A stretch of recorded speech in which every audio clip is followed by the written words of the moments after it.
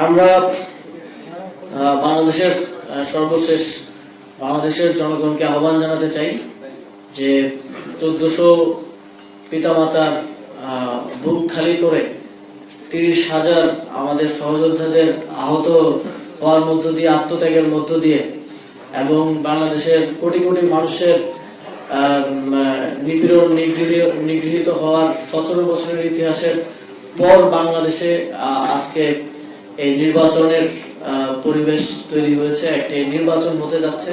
আমরা দেখেছি যে বিভিন্ন বড় বড় হাউসের সম্পাদকরা বলেছেন যে ডিজিএফ এর টোটকা দিয়ে তারা 5 আগস্টের আগে নিউজ করেছে।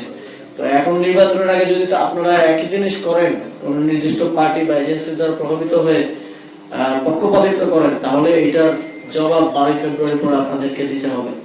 মানুষকে ভুক্তভোগী হতে হয়েছে। সুতরাং এবারে আপনার ভোটাধিকার প্রয়োগের মধ্য দিয়ে বাংলাদেশের একটি নতুন বাংলাদেশের পথে আমরা যেতে পারবো। আপনার আগামীকাল এই 10 ঘন্টা যে ভোট গ্রহণের সময়, এই সময়টাই আগামী 5 বছর, আগামী 10 বছর, 20 বছরের বাংলাদেশের ভবিষ্যৎ নির্ধারণ করবে। যে কোনো মূল্যে এই নির্বাচনকে বাংলাদেশের ভালোর জন্য, সুন্দর বা ভবিষ্যৎ বাংলাদেশের জন্য আপনাদেরকে কাজে লাগাতে হবে। বাংলাদেশের জনগণের প্রতি আমাদের আহ্বান থাকবে যে আপনি যাকেই ভোট দেন, আপনি আপনার এলাকার স্বতন্ত্র প্রার্থীকে ভোট দেন, আপনি আপনার এলাকার শাপলাগুলের প্রার্থীকে ভোট দেন, অথবা দাঁড়িপাল্লার প্রার্থীকে ভোট দেন, অথবা ধানের প্রার্থীকে ভোট দেন। ভোট যাকেই দেন, আপনি ভোটটা দিতে আসবেন, কেন্দ্রে এসে আপনার ভোটাধিকার প্রয়োগ করবেন।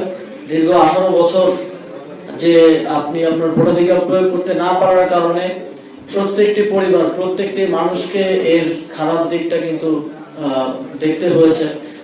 সব ধরনের খেলার খবর পেতে সাবস্ক্রাইব করুন। সঙ্গে থাকুন খেলার পাতার।